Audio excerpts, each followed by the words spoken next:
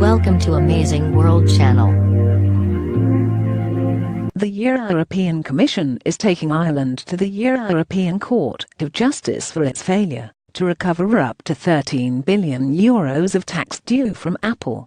That decision is bound to involve legal costs, to be borne by the Irish taxpayer, and one that the government and the Commission could easily have avoided. The decision to go to the ECJ is on foot of a ruling last year that Ireland granted Apple a legal state aid through deals that reduced the company's effective corporate tax rate. Taoiseach Leo Varadkar has described the Commission's decision as wholly unnecessary and unwarranted at this time, while the Department of Finance said it was disappointing and extremely regrettable.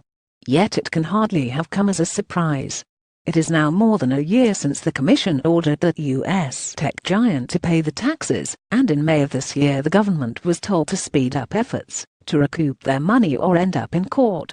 The €13 billion was to be paid into an escrow account being set up by the National Treasury Management Agency. So, why the delay? The Department of Finance has described the process as complex, but there is nothing particularly complex about escrow accounts, regardless of the amount put into them. They are commonly used in sales of property. The NTMA was supposed to drip-feed the €13 billion into the account, but, according to the Commission, that process hasn't even started, making court action highly likely, if not inevitable. It may well be that the Commission's decision to go to the ECJ was, in part, politically motivated and an attempt to attack our corporate tax rate by the back door, in which case it must be challenged on all fronts. Government politicians know only too well the willingness of the Commission to take member states to court, especially smaller EU states like Ireland. Yesterday it concluded that Luxembourg granted undue tax benefits to Amazon. The prospect of being taken to the ECJ was one of the main arguments used in favor of water charges.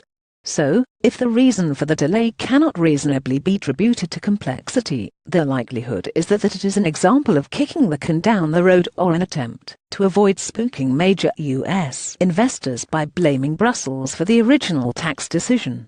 The government has maintained from the outset that the tax ruling was wrong.